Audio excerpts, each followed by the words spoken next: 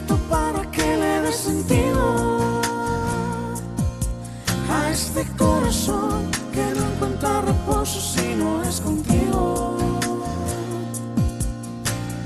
Ven, te necesito para que le dé sentido a este corazón que no encuentra. Queridos hermanos, comenzamos con esta lectura del Salmo 26. Dice: júzgame, Señor, porque yo en integridad he andado. He confiado asimismo en el Señor sin titubear. Escudriñame, Yahvé, y pruébame. Examina mis íntimos pensamientos y mi corazón, porque tu misericordia está delante de mis ojos, y ando en tu verdad.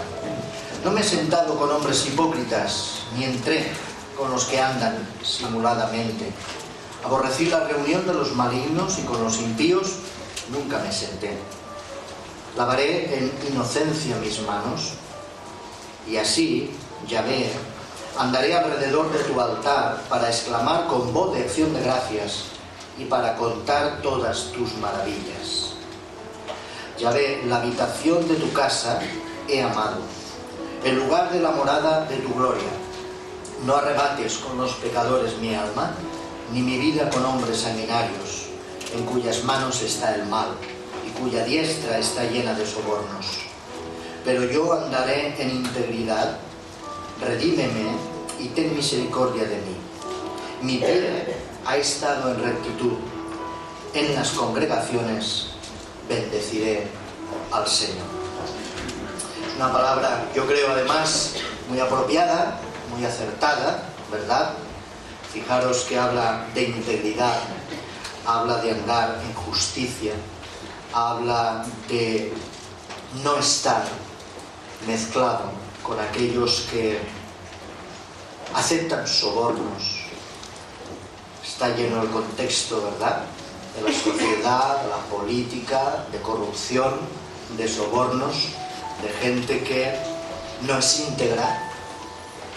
Pero tenemos aquí un consejo, un anuncio del Señor y una confesión del salmista hacia esta manera de andar en justicia y en integridad, en buscar la rectitud del Señor y en desear y en anhelar precisamente lo que es la morada del Señor, la casa del Señor. Vamos pues a desearlo así.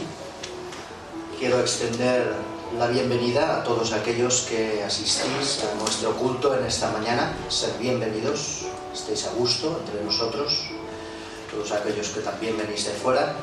Y vamos pues a empezar este culto con una oración que voy a pedir a nuestro hermano Cristian Mena, que él tenga bien de hacer. Bendito Dios, te damos gracias por permitirnos estar aquí, Señor, reunidos en tu casa, Señor, que abras nuestros corazones y nuestra mente para que entendamos tu palabra, Señor, y que tú hables a nuestros corazones. Gracias, Padre, por los que estamos aquí presentes, y pedimos por aquellos que aún vienen en el camino, que tú los bendigas, y por aquellos padres que no han podido congregarse con nosotros por alguna situación que esté pasando, pedimos, Señor, que tú los bendigas y que obres en sus vidas, Padre. Gracias, te damos por todo, en el nombre de Jesús. Amén. Vamos a entonar el cántico que encontraréis todos juntos, congregacionalmente. Todos juntos alabemos, el número 1. Vamos a ponernos en pie.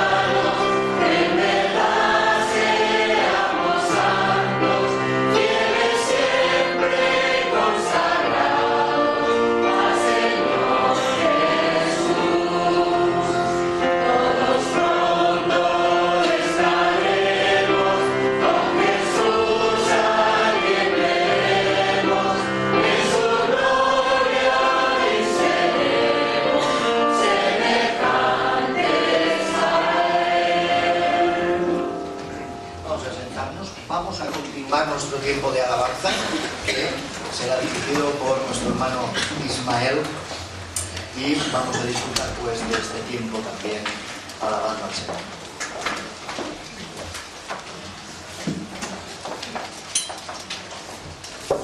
Muy buenos días a todos, hermanos.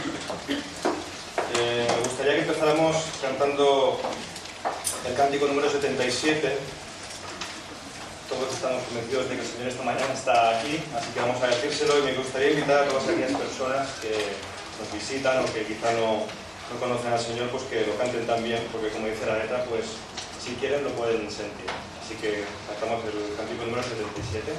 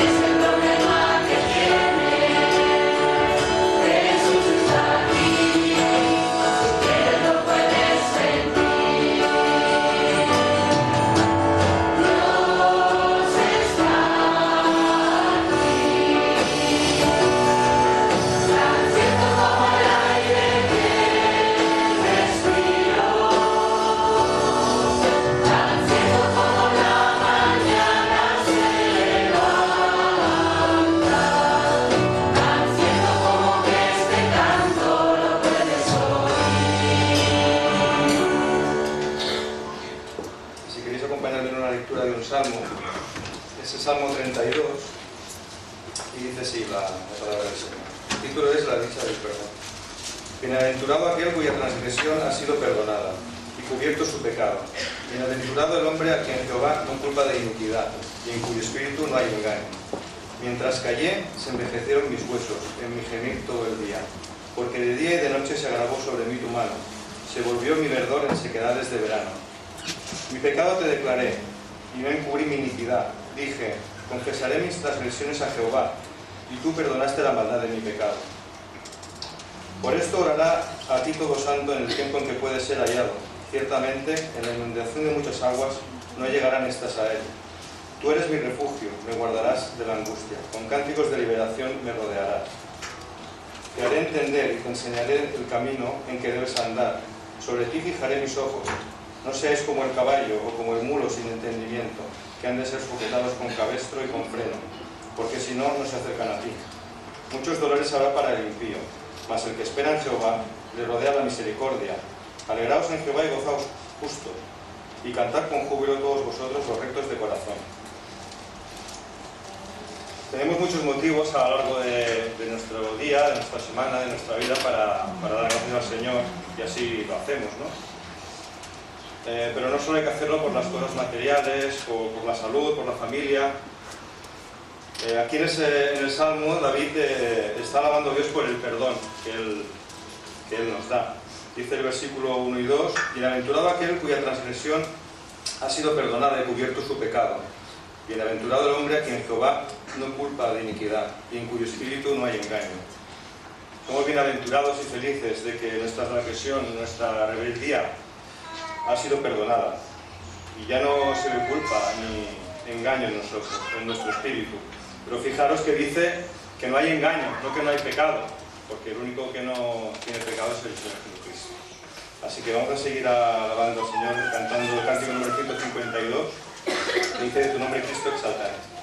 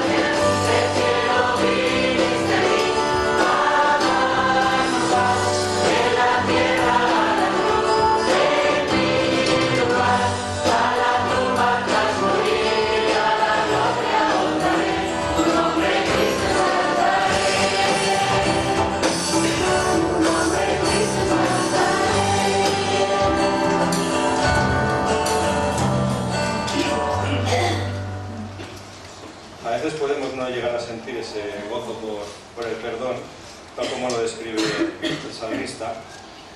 Dice en el versículo 3: mientras callé se envejecieron mis huesos en mi gemir todo el día, porque de día y de noche se agravó sobre mí tu mano, y se volvió mi verdor en sequedades de verano. Muchas veces callamos, desviamos nuestra atención a otras cosas, nos apartamos del camino que nos marca el Señor.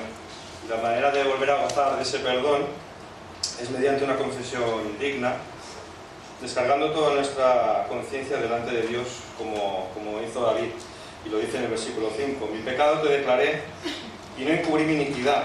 Dije: confesaré mis transgresiones a Jehová, y tú perdonaste la maldad de mi pecado.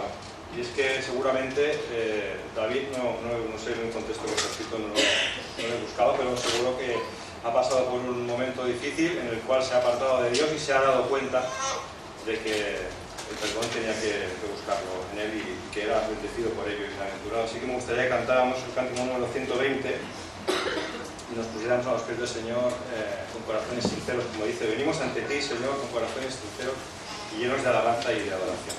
Cántico 120.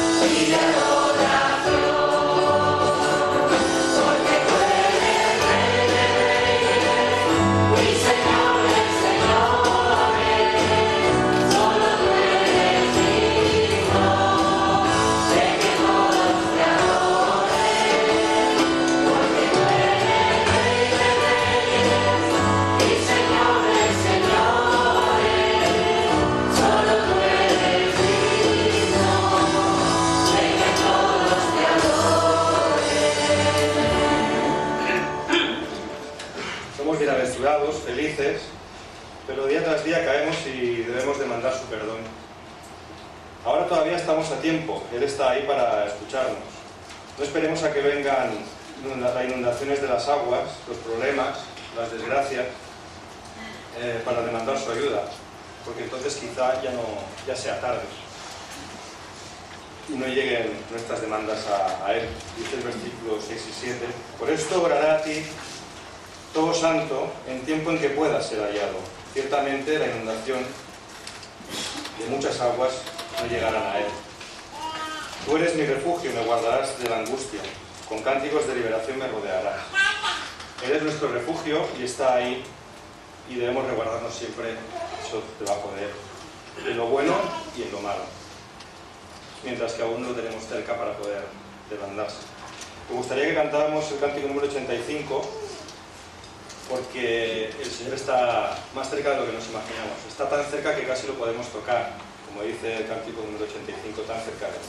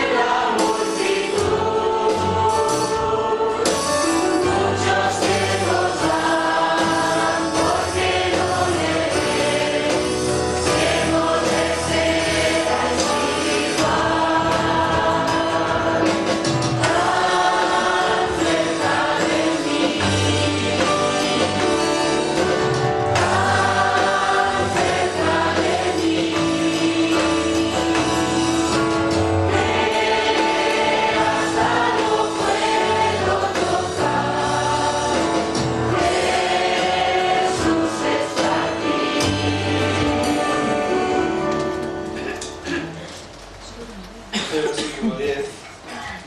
Muchos dolores habrá para el impío, mas el que espera en Jehová le rodea la misericordia. Alegraos en Jehová y gozaos justos, y cantad con júbilo, todos vosotros los rectos de corazón. Así que si estamos entre estos, pues podemos cantar el último cántico que dice: manos abiertas que buscan descanso. Es el cántico número 1.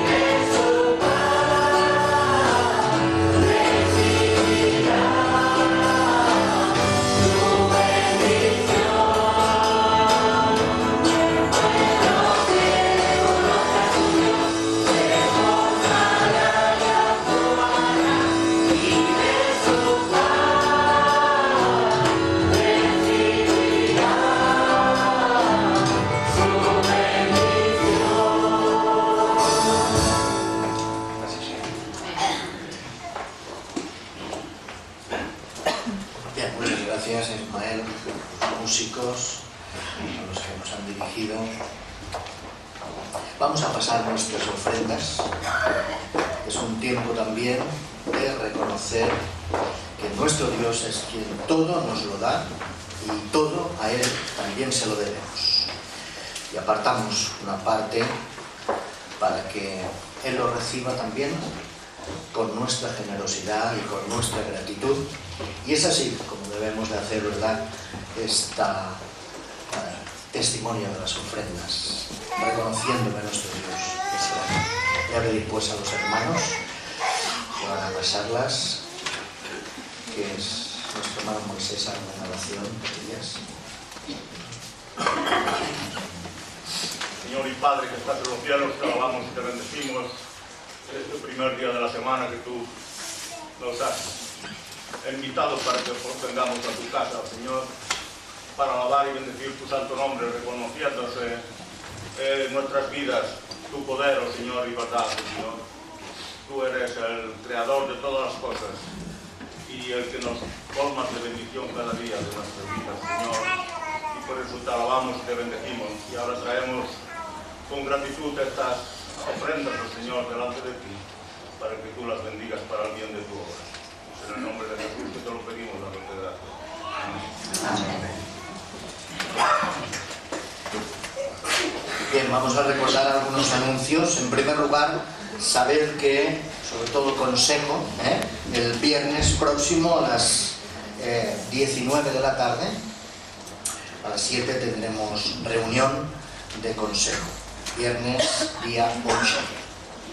En el apartado también de actividades, debemos de ir recordando que tendremos una reunión administrativa de iglesia, concretamente el día 24 de febrero, no de enero, de febrero, rectificar este lapsus de imprenta. Por lo tanto, a las 6 de la tarde, el día 24, tendremos reunión administrativa. Es, como sabéis, para los miembros de la congregación. También queremos recordar que hay un curso de monitores oficial impartido por Juventud para Cristo, JPC, que durante los meses de marzo al mes de julio de este año tendrá lugar aquí en nuestras dependencias, en la iglesia. Participarán jóvenes de nuestra iglesia, pero también van a participar jóvenes de otras iglesias hermanas de Tarragona. Es una actividad que se centralizará aquí, realizada por JPC. Si alguien quiere más información puede ponerse en contacto con Sara Castells. Queremos también recordar que esta semana pasó a la presencia del Señor uno de los líderes del campo evangélico, muy conocido, como sabéis, algunos, era Antonio Martínez Conesa, que es el padre de nuestra hermana Esther Martínez y suegro de Eduardo Gracier de Salou. Pues él falleció esta semana y tuvo lugar el entierro en la iglesia de Gallola en Barcelona. Queremos también recordar, aparte de estas actividades, que los jóvenes nos anuncian que después del culto quienes quieran pizza o pasteles pues podrán llevarse estos suculentos alimentos a un precio módico, y ese precio va dirigido concretamente a financiar y a subvencionar pues campamentos de jóvenes y actividades que ellos también tienen. O sea que recordar que luego a la salida podréis adquirir estos alimentos. También me han pasado que el domingo 10 los padres adolescentes que se queden para comentarles el calendario de actividades que tendrá lugar. Domingo 10. Y el sábado 16 empiezan los adolescentes, la actividad de adolescentes, a las 5 de la tarde. O sea, tomad buena nota. Domingo 10, todos aquellos que son padres de adolescentes que se queden serán informados de las actividades y del calendario, y el sábado ya 16 empezará a las 5 de la tarde esa actividad con ellos. Queremos también, en el apartado de enfermos, en primer lugar destacamos y nos alegramos de ver ya que Gabriel Torroba está con nosotros, sus padres también. Sabemos que ha estado unos días malito, ingresado, fue dado de alta finalmente el miércoles pasado. Hoy ya lo vemos entre nosotros y nos alegramos, disfrutamos pues de que esté en buenas condiciones y con nosotros ya. Queremos también darle las gracias al Señor, porque sabemos que Esteban, después de la operación, también va evolucionando bien, va recuperándose, lleva su proceso que ha de ir haciendo largo de rehabilitación, pero sabemos que también la cosa va adelante. Sí debemos de poner en oración a la hermana Damaris Bustos, es la madre de nuestros hermanos Natanael y Eliezer. Ella tuvo un accidente de cocina y se quemó y tuvo que entrar en urgencias por quemaduras considerables, pero bueno, sabemos que va mejorando, ¿verdad, Natanael? ¿Sabes algo? Bueno, seguimos orando para que el restablecimiento sea total. También recordaros en el apartado de enfermos, Juanita, nuestra hermana Juanita Blanco, tuvo un accidente, cayó en casa y se desplazó la rodilla, lleva la pierna escayolada. Sabemos que por fin han podido ser trasladada a un centro de asistencia, como es en Torreforta, el centro que hay de Santa Tecla. O sea que ya la tenemos allí, no sabemos cuánto tiempo tendrá que estar, pero evidentemente, como no puede valerse por ella misma, era mucho más conveniente que pudiera estar en un centro así, que está más cuidada. Nos dice su marido que si queremos llamarla por teléfono, pues se puede llamar al mismo teléfono de casa, porque está derivado a el que tiene allí en la residencia. Y bueno, creo que son todos los anuncios en principio que queríamos y que debíamos de hacer. Lo demás lo tenéis en el boletín, por lo tanto, darle un buen repaso y ir recordándolo como una agenda que tenemos que ir repasando a lo largo de la semana. Vamos a tener una lectura bíblica antes del mensaje, y el mensaje va a estar centrado en estos textos que vamos a leer de la segunda carta a los Corintios, el apóstol Pablo, capítulo 1, capítulo 1, versículo del 12 al 24. Segunda de Corintios, capítulo 1, versículos del 12 al 24. Dice así la palabra del Señor: nuestro motivo de orgullo es este, el testimonio de nuestra conciencia, de que con sencillez y sinceridad de Dios, no con sabiduría humana, sino con la gracia de Dios, nos hemos conducido en el mundo, y mucho más con vosotros. No os escribimos otras cosas de las que leéis o también entendéis, y espero que hasta el fin las entenderéis. Como también en parte habéis entendido que somos vuestro motivo de orgullo, así como también vosotros lo seréis para nosotros en el día del Señor Jesús. Con esta confianza quise ir primero a vosotros para daros una doble alegría. De ahí pasar a Macedonia y desde Macedonia regresar a vosotros para ser encaminado por vosotros a Judea. Así que al proponerme esto, actué precipitadamente, o lo que pienso hacer, lo pienso según la carne, para que haya en mí sí y no. Pero como Dios es fiel, nuestra palabra a vosotros no es sí y no. Porque el Hijo de Dios, Jesucristo, que entre vosotros ha sido predicado por nosotros, por mí, Silvano y Timoteo, no ha sido sí y no, sino solamente sí, en Él. Porque todas las promesas de Dios son en Él sí, y en Él amén. Por medio de nosotros la gloria de Dios. Y el que nos confirma con vosotros en Cristo y el que nos ungió es Dios, el cual también nos ha sellado y nos ha dado como garantía el Espíritu en nuestros corazones. Invoco a Dios por testigo sobre mi alma, que por ser indulgente con vosotros no he pasado todavía a Corinto. No que nos enseñoreemos de vuestra fe, sino que colaboremos para vuestro gozo, porque por la fe estáis firmes. Vamos a hacer una oración, esta palabra, que el Señor lo ponga en el corazón de nuestro hermano Samuel y también en nuestro corazón.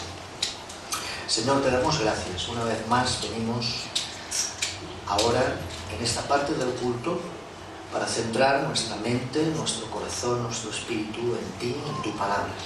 Por eso queremos que tú nos hables, que tú, Señor, nos provoques a entender y a comprender de tal manera tu enseñanza que ésta nos lleve urgentemente a ponerla en práctica. Que no quede solamente en teorías, que no quede solo en doctrina, que no quede solo en la mente, sino que pase a la acción. Por eso te pedimos que tú dirijas también al pastor para que él pueda transmitir con eficacia, con denuedo, con poder, con tu espíritu, esta palabra. Y lo ponemos todo delante de su presencia. Amén. Amén.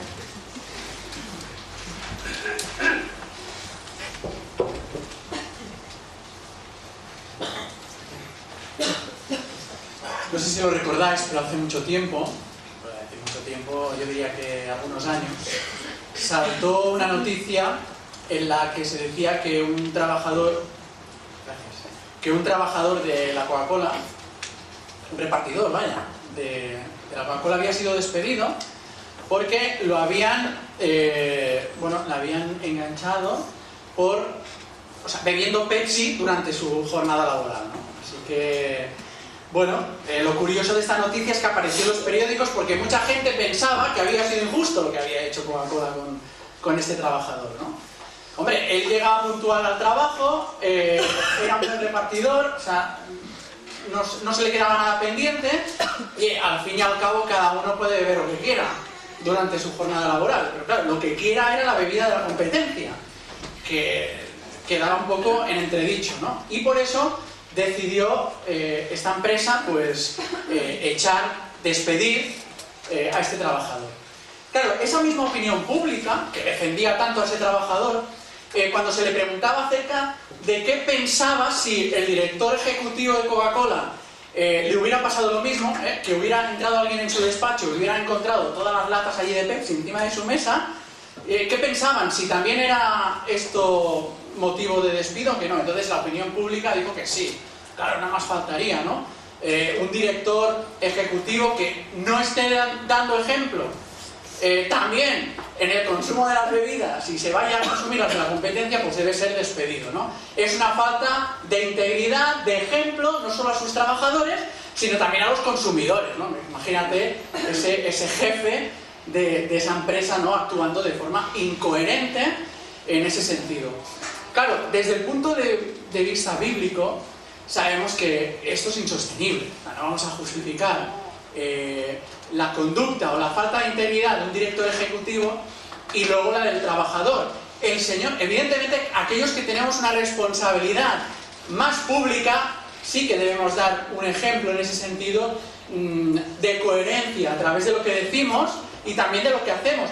Pero el Señor Jesús y el Señor en su palabra nos llama a todos a ser íntegros, a ser coherentes, por muy trabajadores o repartidores que seamos, o por mucho que consideremos que nuestro ministerio en la iglesia, nuestro servicio es de segundo plano o que quedemos más en la sombra, a todos nos llama el Señor a ser coherentes e íntegros en nuestra forma de actuar, en lo que decimos y también en lo que hablamos. Claro, si nos fijamos en el mundo político, se nos decía al principio, ¿no?, en la introducción, nuestro hermano Josué hablaba de la corrupción. Claro, ponéis la televisión y solo hay esto. Y ahora hay un apellido que suena por todos los lados, ¿no? Claro, nos vamos al mundo de la política y en general, digo en general porque siempre hay personas que son coherentes, que son íntegras, ¿no? Pero en general vemos que sucede lo mismo. Las personas estamos desencantadas, por no decir hartas, de todo lo que estamos observando, de todo lo que estamos viviendo, con aquellos políticos que hacen grandes promesas y que luego las incumplen y no las llevan a la práctica. ¿Qué diríamos del sector financiero? Aquí no vamos a hablar tan bien, ¿no? Porque estamos observando como esa falta de un marco moral en el cual desarrollar su actividad ha perjudicado también muchísimo pues muchas familias y el sistema en el cual nos hemos encontrado actualmente. Aunque es cierto que cada vez más se habla, no sé si lo habéis escuchado, de la banca ética. Hay muchos anuncios ahora que están lanzando los bancos que aparecen en donde aparecen las palabras confianza, tu banco de confianza, banca ética, transparencia, etcétera, etcétera, ¿no? ¿Por qué? Porque la gente está ya muy harta de inconsistencias, está muy harta de incoherencias, de engaños. Te digo una cosa y luego hago otra, o no te digo cosas y las hago igualmente, como está sucediendo en general. También leí hace un tiempo un artículo en un periódico que se hablaba de un periodista que estaba analizando la vida de un político italiano, expresidente, o presidente de Mediaset, supongo que no tengo que decir quién es, y decía, cuando analizaba su vida, llegaba este periodista a la conclusión de que la vida privada de los líderes realmente revela el carácter de estas personas. Claro, públicamente son una maravilla, los escuchamos hablar y nos quedamos todos, qué razón tiene, ¿no? Qué integridad muestra esta persona. Pero cuando escarbas en su vida privada, en su conducta, sale a la luz, decía este periodista, el carácter real, lo que subyace de la forma de ser de esta persona. Y desde luego esta cuestión sigue siendo importantísima y relevante, no solo en el mundo y en la sociedad que nos rodea, y hemos puesto unos cuantos ejemplos, sino con más razón y aún dentro de la comunidad cristiana. Es una cuestión nuclear. No podemos ir con medias tintas, no podemos manifestar unas cosas que luego no llevamos a la práctica, porque evidentemente las personas se dan cuenta. En este sentido también había una revista cristiana, de estas muchas de las que hay, que hablaba que en Inglaterra los adolescentes entre 13 y 14 años estaban dejando de asistir a la iglesia, y uno de los motivos que daban, o las razones que daban esos adolescentes era que veían que sus padres en la iglesia eran de una manera y que luego en casa eran completamente diferentes. No les cuadraba esto. Y evidentemente esa cuestión afecta a la fe cristiana, afecta radicalmente al testimonio cristiano. Y no solo eso, sino también a las áreas tan básicas como es el núcleo familiar, ¿no? Y podríamos hablar de lo laboral, podríamos hablar de aquel lugar donde nosotros desarrollamos nuestra vida, ¿no? Esa integridad que tanto demanda la sociedad que nos rodea, pero que también el Señor nos demanda a los cristianos, a cada uno de nosotros. Esta es la razón por la cual Pablo escribe a Timoteo en su primera carta, y aquellos que estuvisteis el jueves lo recordaréis, en el capítulo 4 y versículo 16, y le dice: mira, Timoteo, un buen ministro de Jesucristo es alguien que cuida de sí mismo y que también cuida la doctrina. Y cuando dice cuida de sí mismo, se está refiriendo a su comportamiento, a cómo actúa, a cómo vive. Es decir, si realmente lo que está predicando, lo que está enseñando la sana doctrina, también la manifiesta a través de su vida. Y el texto que acabamos de leer nos explica de una manera magistral lo que significa y lo que implica, y lo que el Señor nos está pidiendo también a todos nosotros en esta mañana: la integridad. ¿Qué es ser íntegros? Pues a veces hablamos de este tema, ¿no? Y lo utilizamos este concepto, pero lo hacemos de una forma muy simplista. A veces pensamos que simplemente ser personas correctas, ¿no? Más o menos. Y sin embargo vamos a ver, a la luz del texto bíblico, que va mucho más allá. Tiene una dimensión mucho más amplia y que tiene que ver con mi dependencia y con mi relación con el Señor, como vamos a ver ahora. Pero antes de entrar en la exégesis de este texto, es necesario ver el contexto. ¿Por qué Pablo está diciendo lo que hemos leído hace un momento, en los versículos del 12 al 24?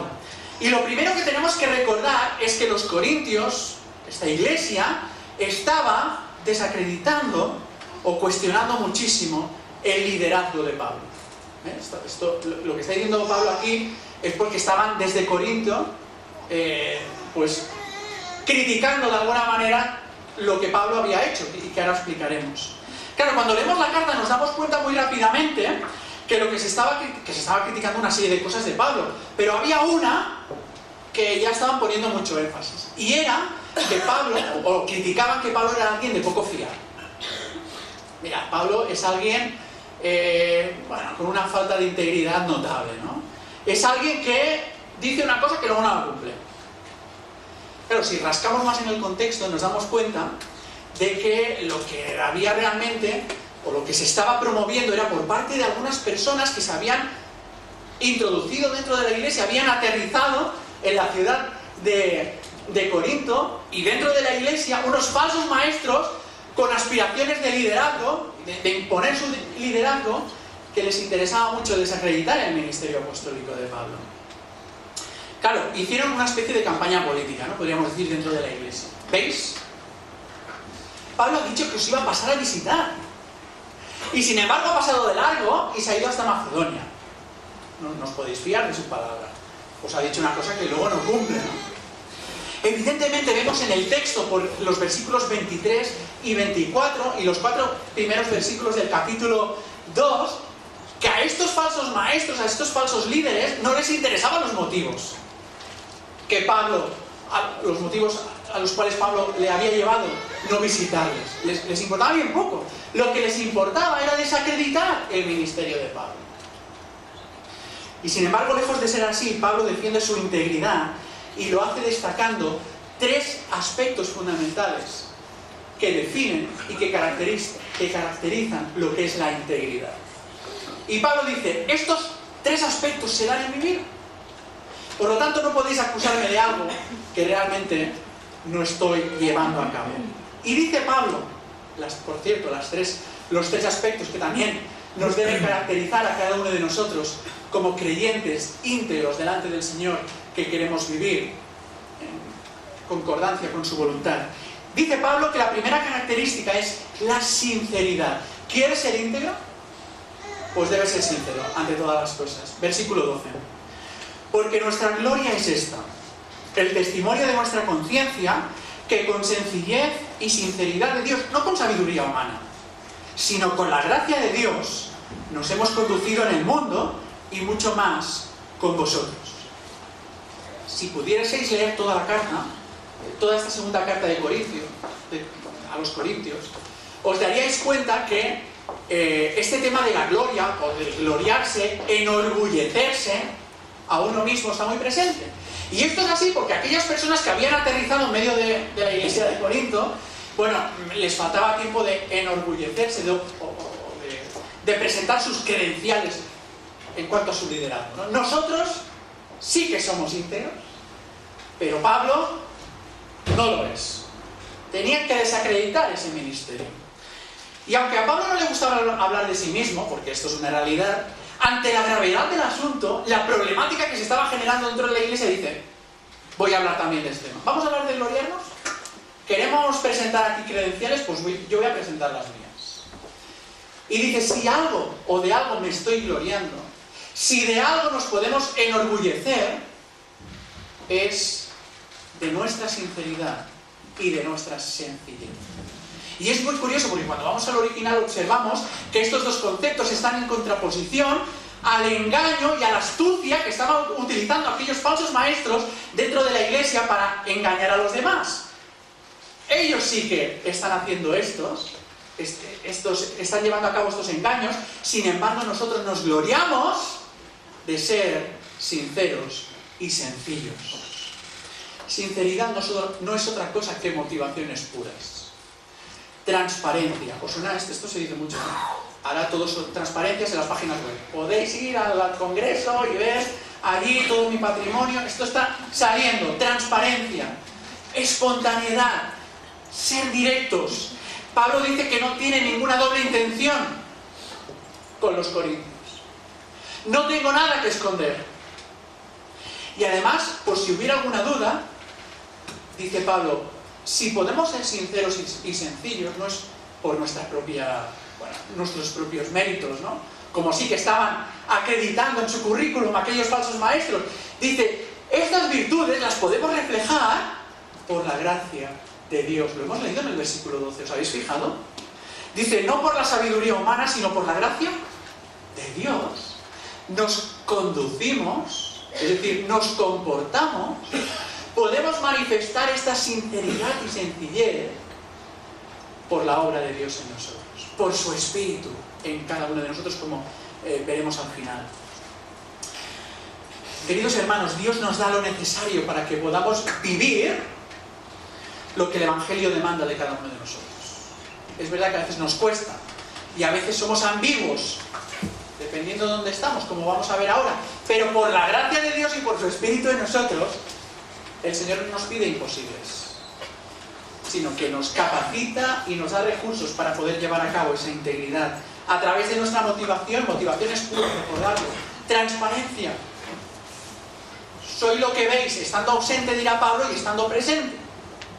Motivaciones, conductas y actitudes. La segunda característica que define la integridad es la coherencia. Sinceridad y coherencia. Versículos 12, la segunda parte, al versículo 14. Fijaos, esto tiene que ver con vivir la vida como un todo. Y dice Pablo, como decíamos ahora, ¿no? Oye, yo soy el mismo cuando estaba entre vosotros y cuando estoy entre vosotros y aún estando lejos de vosotros. Soy el mismo en el mundo que en la iglesia, que cuando estoy con vosotros. Lo hemos leído. Con la gracia de Dios nos hemos conducido en el mundo, pero también, mucho más, la idea del original es especialmente cuando estamos entre vosotros. No es que seamos diferentes, somos los mismos. Así que en primer lugar vemos como Pablo es coherente en todo contexto. Independientemente allí donde él se encuentra, en el trabajo, en los vecinos, allí él es coherente. Yo no sé si podría decir esto mismo, de mí mismo, en todo momento y en todo contexto. A veces tengo que reconocer que no soy el mismo. Hace poco también leía una noticia sobre un empresario alemán que, bueno, la policía lo sancionó con 1.500 euros de multa y además le retiró el carnet durante 10 meses por haber agredido a un policía. De tal manera que había aparcado el coche en una zona en la que no se podía estacionar el coche y por todos los medios había intentado que aquel policía le sacara la multa, o le quitara la multa. Fijaos los medios que al final le acabó dando, ¿no? Y lo curioso y lo relevante de esta noticia es que decía así el titular: pegó al policía un terapeuta especializado en temas de ira y de violencia. Claro, esto es un caso y un ejemplo de incoherencia. Este hombre estaba aconsejando, estaba dando lecciones, podríamos decir, sobre cosas que luego él no llevaba a la práctica. Y hacía grupos, y tenía grupos de terapia en los cuales aconsejaba, oye, la ira, guardarla, tal, pero él luego le faltaba tiempo para pegar a un policía, ¿no? Y yo me preguntaba, ¿soy la misma persona cuando me ponen una multa? Me han puesto una, porque dejé el coche donde no tocaba y se lo llevó a la grúa.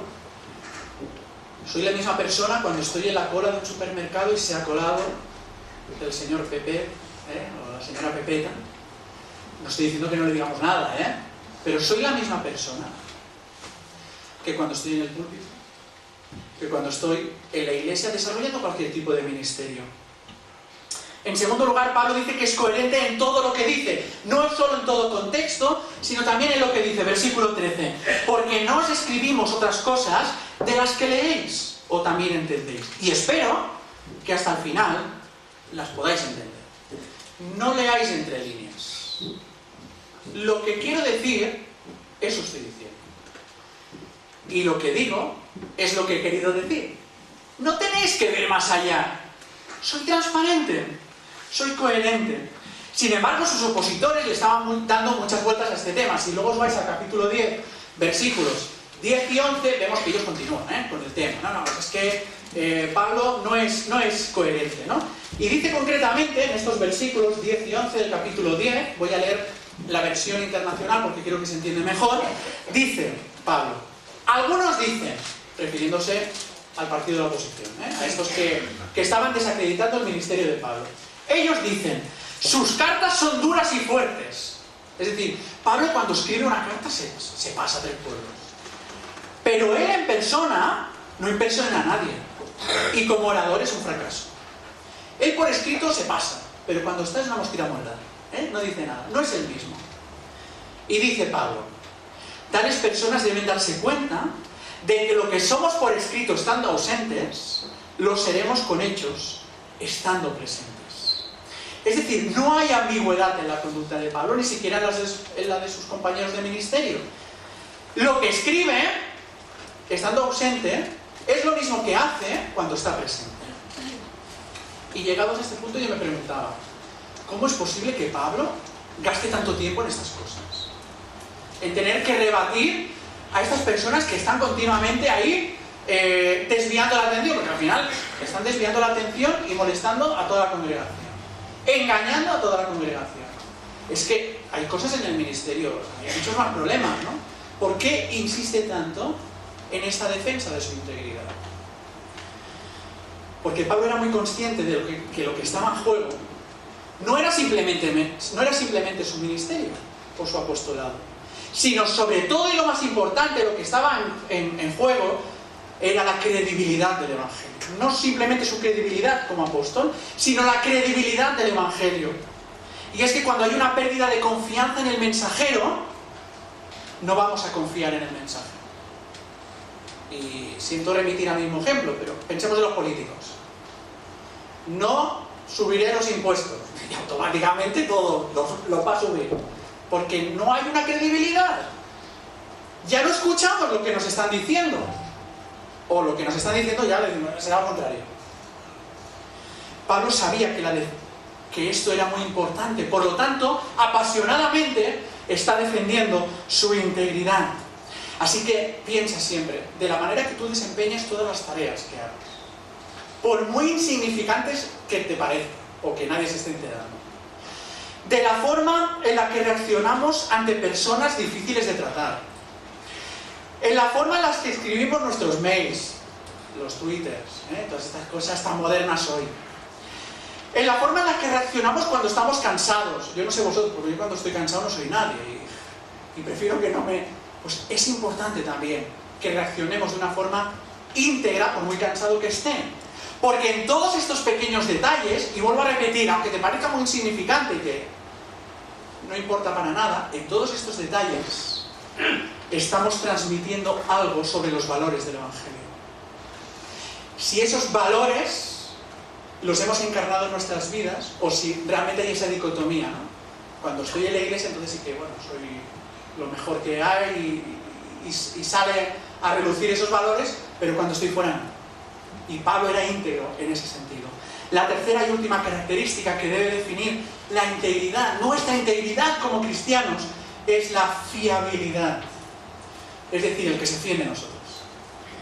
Sinceridad, coherencia, fiabilidad. Versículos del 15 al 24.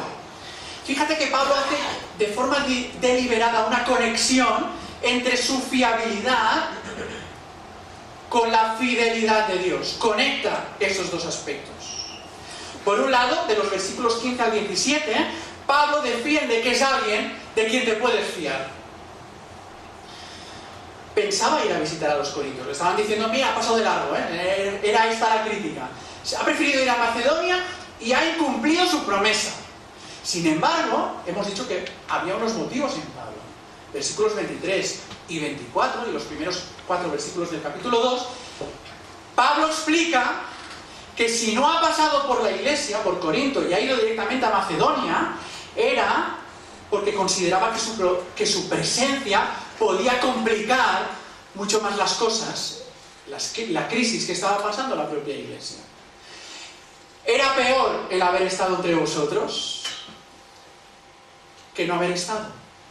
Por lo tanto, Pablo tenía esa visión global de la obra para beneficio de la misma obra. Es cierto que había empezado a haber unos ciertos avances y unos ciertos progresos dentro de la iglesia de Corintio. Es verdad que esa crisis que se había originado dentro de la iglesia ya estaba en vías de solución. Pero dice Pablo, si yo hubiera estado entre vosotros, hubiera sido peor. No fue la pereza, no fue porque yo soy una persona de poco fiar, que ya de antemano lo que digo no, sé que no voy a cumplir. Él tiene esa visión de la obra del Señor. Por eso dice en el versículo 17 que su motivación no es egoísta. Dice, al proponerme esto, al proponerme haceros bien en lugar de haceros mal, ¿acaso lo he hecho a la ligera? ¿Es que acaso creéis que no he pensado bien las cosas? ¿Es que creéis que soy como todos? ¿Que digo una cosa y luego no la cumplo? Pablo no hacía promesas sabiendo que no las iba a cumplir.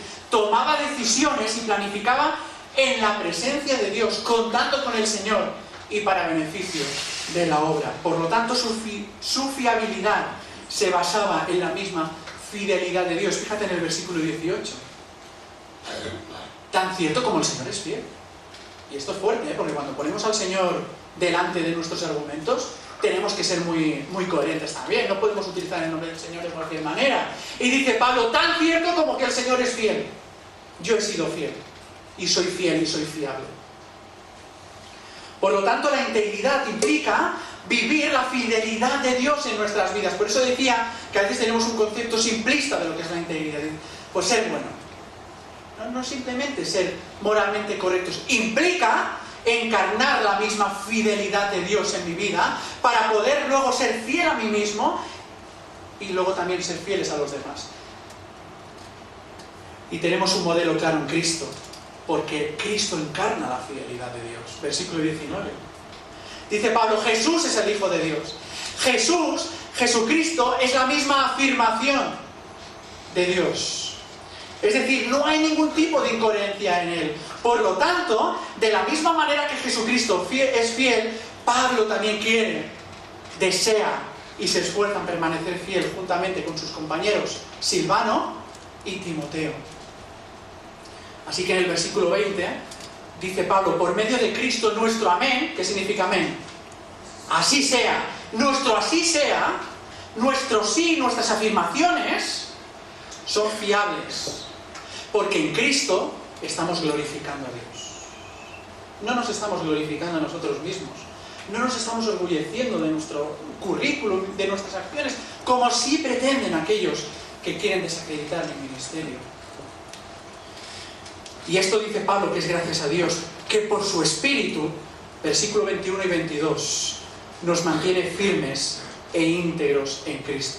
Así que dudar de la fiabilidad de Pablo sería lo mismo que dudar de la obra del Espíritu Santo en su vida. Sello y garantía de su salvación y su llamado. Dudar del llamado y del ministerio de Pablo era dudar de la misma presencia del Espíritu Santo, sello y garantía de nuestra salvación y llamado. Voy a acabar. Yo no sé si habéis visto en alguna ocasión por televisión a un periodista que está hablando y que primero llega el sonido y después llega la imagen. Está hablando y luego mueve la boca, ¿no? Y dice, aquí hay algo que no concuerda, ¿no? De tal manera que a veces incluso nos molesta, ¿no? Porque dejas de prestar atención a lo que está diciendo y dices, mira, está moviendo la boca y no sé qué, y al final no te enteras ni de lo que está diciendo, ¿no? O una película. A mí me pasó una vez que estábamos viendo una peli que no coincidía en absoluto, ¿no? Primero era el sonido, luego venía la imagen. Yo no sé si habéis conseguido acabar de ver una película así, yo la apagué directamente. Porque no me estaba enterando absolutamente de nada. Había una falta de incoherencia entre el sonido que llegaba a destiempo con la imagen. Y a los cristianos nos sucede lo mismo. Cuando la vida de alguien no concuerda con lo que dice, con lo que proclama, con lo que predica, dejamos de escuchar. No tomamos en serio lo que estamos escuchando. De ahí la necesidad y la llamada del Señor en esta mañana a ser íntegros, para que el mensaje del Evangelio no solo no llegue distorsionado, sino que a veces lo que es peor, que ni siquiera llegue porque no quieran escuchar. Y tú me vienes a mí a hablar de que tu vida va a tiempo diferente y no concuerda con lo que me estás diciendo. Así que, hermanos, que el Señor nos ayude por su Espíritu a reflejar esta triple dimensión de la integridad, para que realmente podamos ser una alternativa en el mundo que nos rodea. Para que realmente tengamos una incidencia y realmente podamos ser sal y luz en medio de nuestro mundo. Sinceridad, recordad. Es decir, motivaciones puras, transparentes, no ambigüedades, coherencia. Es decir, vivir la vida como un todo. Estemos en el mundo, decía Pablo, o estemos entre vosotros, estemos en la iglesia. Y la fiabilidad, es decir, que se fíen de nosotros, hermanos, porque realmente estemos reflejando la fidelidad de Dios en nuestras vidas por su Espíritu. Pues que así sea, y que este reto y este desafío lo tengamos bien presentes, hermanos, en medio del contexto en el cual estamos viviendo ahora. Nuestra sociedad necesita ver integridad, pero para última instancia, para que tengan un encuentro personal con Cristo, porque recordad que dice Pablo que es por la gracia de Dios que tú y yo podemos ser íntegros de una sola pieza para su gloria y para su honra. Que así sea. Amén.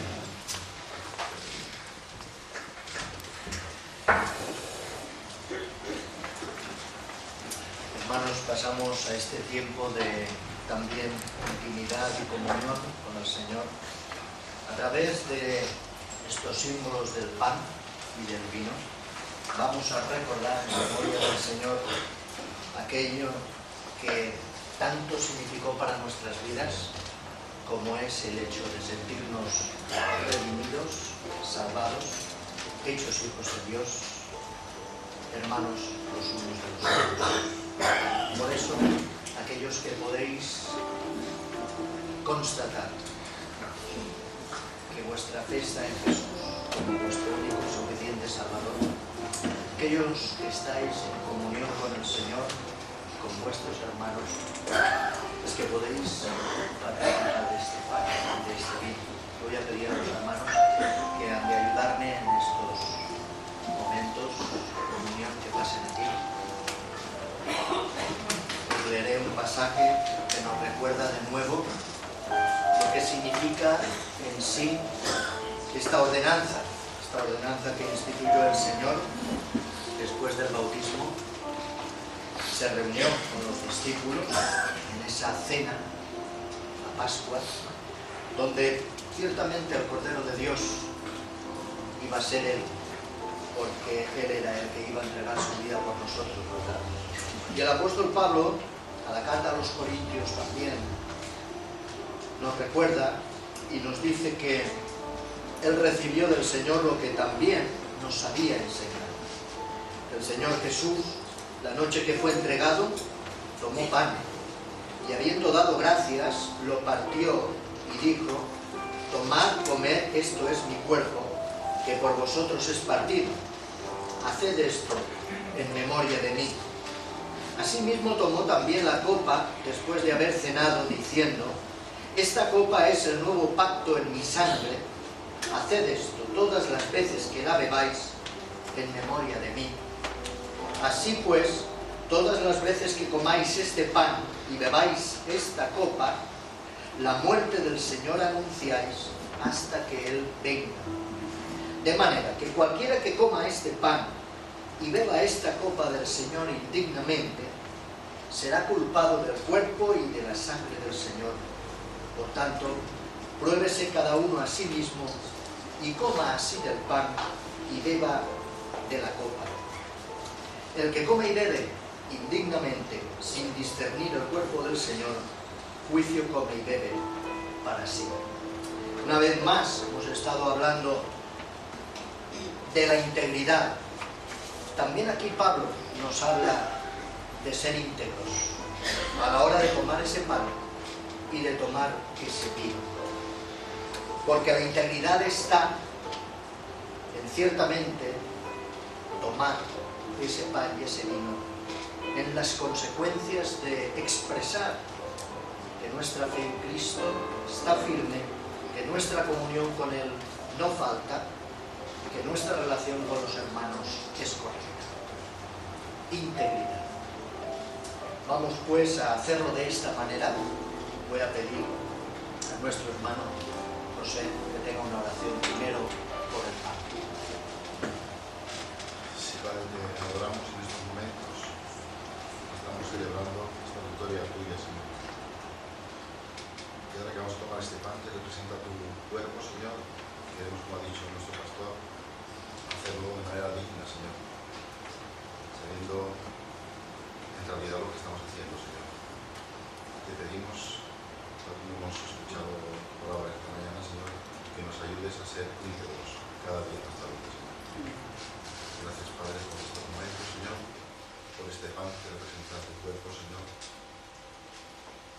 gracias, porque gracias a Él somos salvos, Señor, hemos sido perdonados.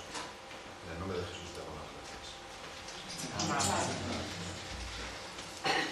Tal como el Señor enseñó a sus discípulos después de aquella acción de gracias, el Señor partió el pan y de esa manera, tras haberlo partido, lo ofreció a sus discípulos para que fuese comido.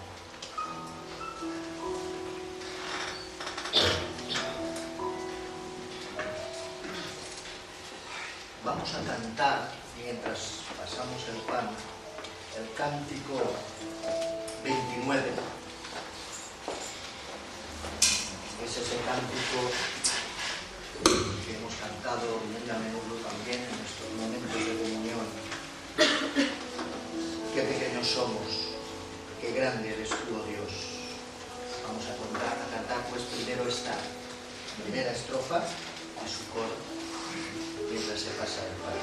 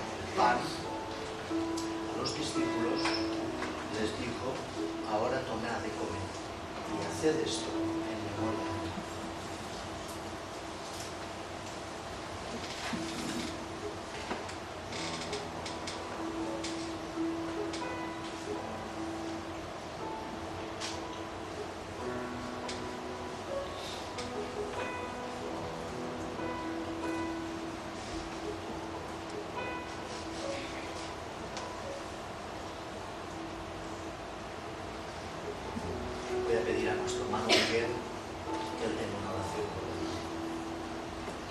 Señor, queremos darte gracias porque podemos estar participando, Señor, de esta invitación que tú nos haces, Señor. Participar, Señor, de este recuerdo, Señor, de tu muerte en la cruz. Y te damos gracias porque solamente tú nos has hecho dignos, Señor, de estar aquí presentes, Señor. De poder, Señor, recordarte, de participar de este vino, Señor, que conmemora tu sangre derramada. Gracias, Señor, porque solo esa sangre nos ha limpiado, Señor, de todo pecado. Y gracias, Señor, porque también nos has dado la promesa de que tú has resucitado, de que tú eres un Dios vivo y que en ello tenemos vida eterna. Señor, bendice lo que en tu nombre estamos haciendo. En el nombre del Señor Jesús. Amén. Amén. Decía el Señor, tomó la copa también después de haber dado gracias y dijo: tomad, bebed, esta copa es el nuevo pacto en mi sangre ofrecida por vosotros. Bebed cada vez que lo hagáis.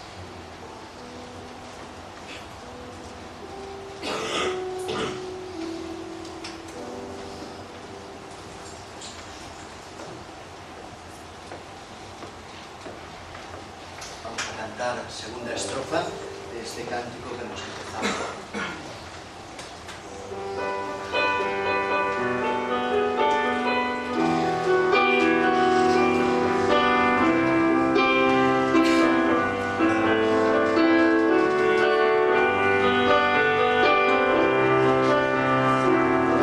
Que pronto olvide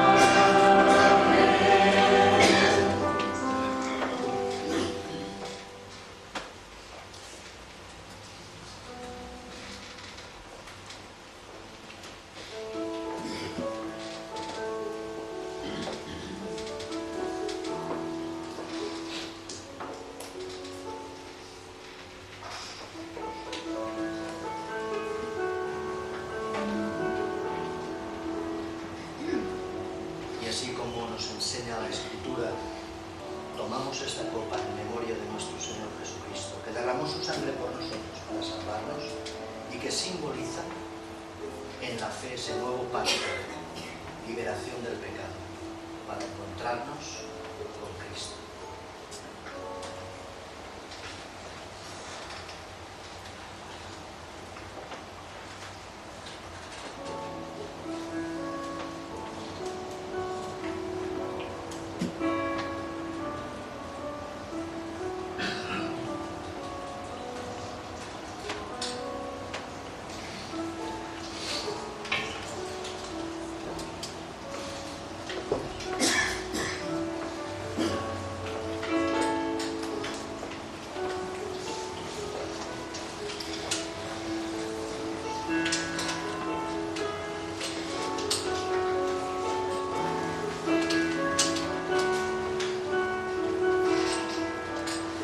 Si yo hablara lenguas humanas y angélicas y no tengo amor, vengo a ser como metal que resuena o címbalo que retiñe. Si tuviera profecía y entendiera todos los misterios y todo conocimiento, y si tuviera toda la fe de tal manera que trasladara los montes, y no tengo amor, nada soy. Y si repartiera todos mis bienes para dar de comer a los pobres, y si entregara mi cuerpo para ser quemado, y no tengo amor, de nada me sirve. El amor es humilde, es benigno. El amor no tiene envidia.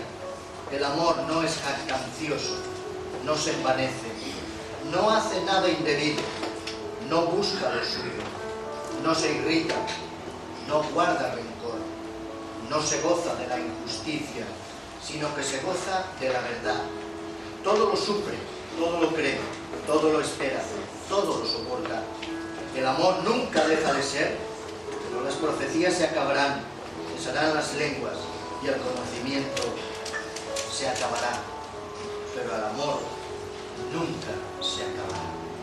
Que ese amor sea el que nos mantenga siempre unidos en Cristo Jesús.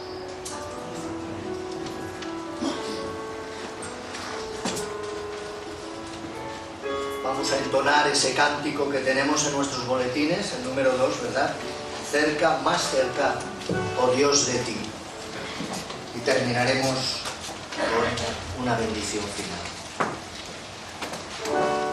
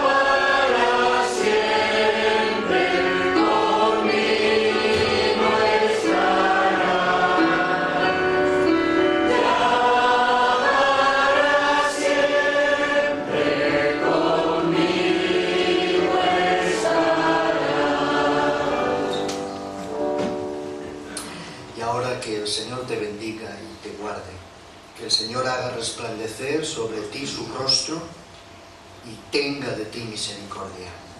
Que el Señor alce sobre ti su amor, su comunión y su paz. Y que a Él sea por los siglos de los siglos el poder y la gloria. Amén. Amén.